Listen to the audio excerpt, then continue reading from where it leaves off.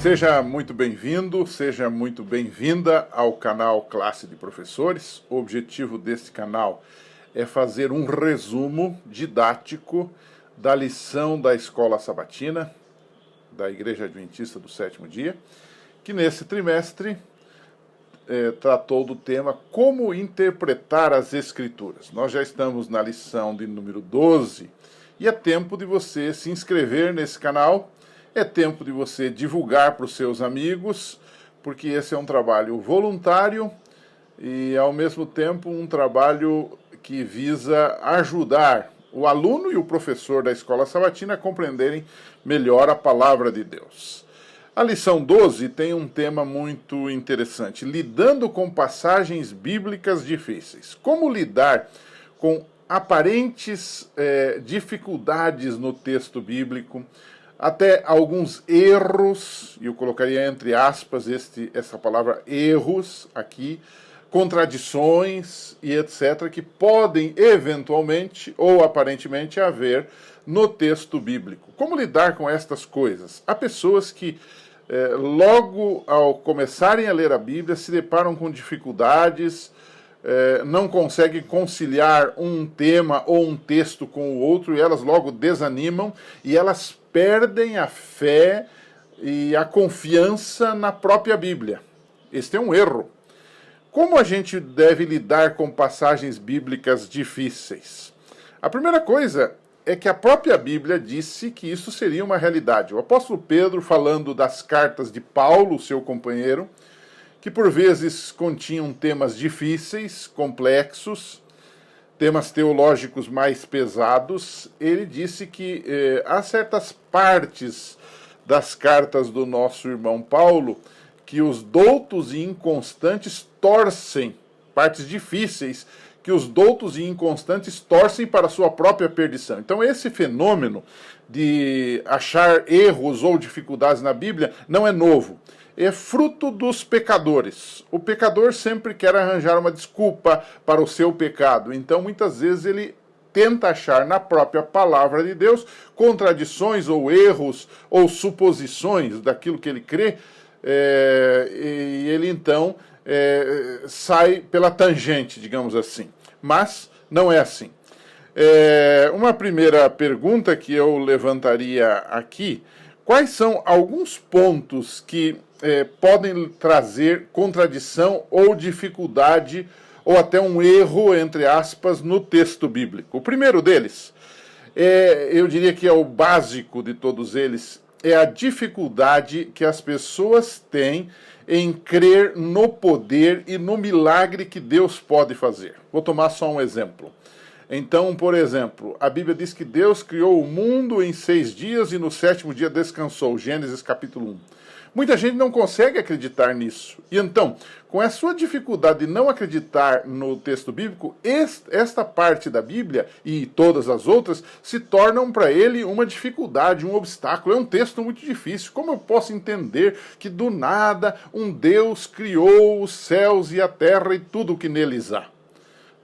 Outras pessoas têm uma dificuldade para acreditar no poder de Deus, na ressurreição, por exemplo, de Lázaro, na ressurreição do próprio Jesus. Por isso que Jesus disse: errais não conhecendo nem o poder de Deus e nem as Escrituras.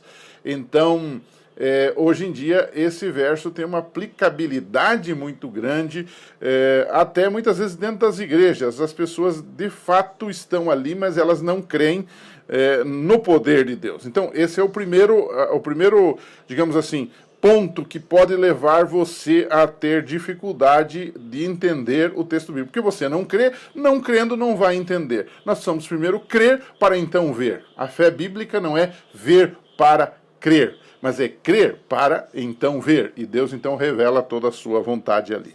Segundo ponto que pode trazer dificuldade ao lermos a Bíblia são pequenos erros, note bem, pequenos erros de copistas e de tradutores. Às vezes um tradutor traduz um verso de uma forma diferente de outra tradução, e isso pode causar na pessoa uma certa inconstância, né?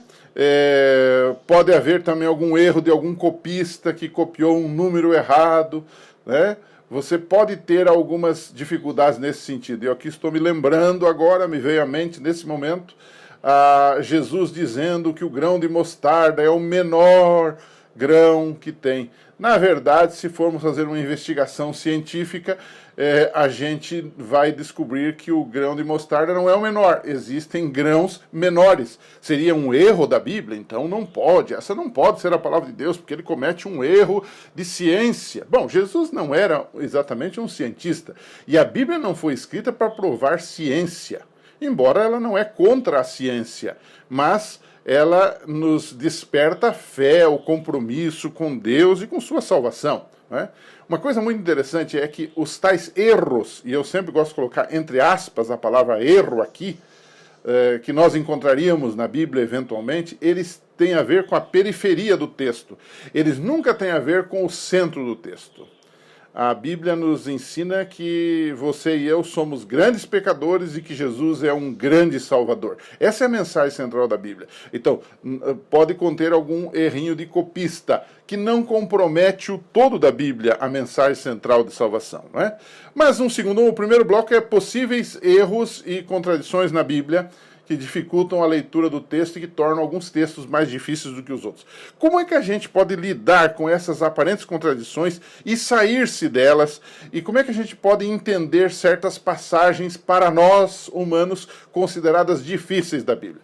Deixa eu lhe dar primeiro uma conclusão que eu tenho adquirido no decorrer da vida como estudioso da Bíblia. É que certas passagens, textos que às vezes são tão difíceis de entender, na vida prática eles não têm uma relevância tão grande. Mas há passagens que são fáceis de entender, que são diretas, que são claras, que são objetivas e que têm a ver com a nossa salvação e com a nossa vida prática. Vou citar um exemplo. A Bíblia diz que nós devemos amar até os inimigos. Alguém tem dúvida disso? Alguém tem dúvida dessa passagem de Jesus, que disse, ame até os seus inimigos, orem pelos que vos perseguem? Isto é fácil de entender, mas é difícil de fazer. No entanto, pode haver um probleminha de tradução em algum verso do Velho Testamento, ou até do Novo, que vai causar todo um celeuma, toda uma discussão, mas que na prática não vai alterar a minha vida, o meu dia a dia, e nem a minha salvação. Então, percebeu como são as coisas? Então, a primeira dica é esta. Há uma outra dica que eu diria assim, de como lidar com as aparentes contradições da Bíblia. A primeira atitude é estudar o texto bíblico, o autor colocou isso muito bem, com cuidado e atenção, considerando sempre o contexto. Nós já falamos disso aqui. O contexto é aquilo que está antes do versículo, que está próximo do versículo, que está longe também. Existe o contexto imediato, que está ali naquele capítulo, de repente, você volta uns versos atrás, vai uns versos à frente, para poder entender o contexto imediato. Há um contexto mais amplo, que talvez seja o livro todo que você está estudando, e há um contexto geral, que é a Bíblia toda, para você ver se aquilo que você está pensando sobre aquele verso, ele combina com toda a doutrina bíblica de Gênesis a Apocalipse. Então, contexto imediato, amplo e geral. Não é? E o apóstolo Paulo disse a Timóteo, tem cuidado de ti mesmo e do teu ensino. Então, a primeira atitude é ter cuidado e atenção. Às vezes, a gente que lê a Bíblia de forma displicente. Às vezes, numa conversa, num debate com outras religiões, eu tenho usado uma tática que sempre dá certo. Não é? Geralmente as pessoas que vêm debater com a gente, eles citam a Bíblia de cabeça, mas às vezes com a cabeça falha. Então eles jogam um texto assim, sem muita preocupação, do tipo assim, o dinheiro é a raiz de todos os males. E então eu paro e digo para a pessoa, é exatamente isso que o texto diz? Volte lá com cuidado e você vai ver que o texto não diz isto. Aí você volta, você abre a Bíblia, por isso é importante ter a Bíblia, seja em método digital ou em papel, você mostra para a pessoa e a pessoa fica acabrunhada, porque o texto lá não diz isto, o amor, o dinheiro é a raiz de todos os males, lá diz o amor ao dinheiro é a raiz de todos os males. Você percebeu a diferença? Então isso é estudar a Bíblia com cuidado. Se fizermos isto, as dificuldades ou até contradições ou erros, entre aspas, vão desaparecer. Não é? Segundo ponto é aproximar-se da Bíblia com humildade, deixando de lado suas próprias teorias. O Tiago 4,6 diz que Deus dá graça aos humildes. Há muita gente que se aproxima da Bíblia com a cabeça cheia, cheia de seus pensamentos, cheia de suas ideias e cheia de suas besteiras também. Eles têm pressupostos de vida, de racionalidade ou de irracionalidade que eles querem impor ao texto bíblico. Eles querem que a Bíblia concorde com a ideia deles. Aí não vai dar certo. Aí o texto vai ser sempre difícil, vai ser sempre controvertido, vai ter sempre erros, na minha visão, não humilde. Então, se você se aproximar da Bíblia, se aproxime com humildade de que você está diante de algo sagrado, transcendente, e que é a palavra de Deus que ele quer revelar a nós do jeito dele, da maneira dele. Um outro aspecto interessante que o autor coloca é estudar o texto com determinação e paciência. E ele cita até um texto que diz que nós não devemos nos cansar de fazer o bem, pois no tempo próprio nós colheremos, se não desanimarmos. Gálatas 6, verso 9. Então, estudar o texto com determinação e paciência. Muitas vezes, uma leitura, a primeira vez, ela não nos parece clara. O sentido, o significado do texto. Mas voltemos ao texto várias vezes quanto necessárias, com o método certo, conforme estudamos em todo esse trimestre, e Deus vai nos mostrar qual é o caminho e qual é o significado. Não é? E um último conselho, aliás, um penúltimo conselho, é interpretar o texto bíblico a partir da própria Bíblia. O que isso quer dizer? Há uma regra de ouro na interpretação que diz assim: a Bíblia interpreta-se a si mesma.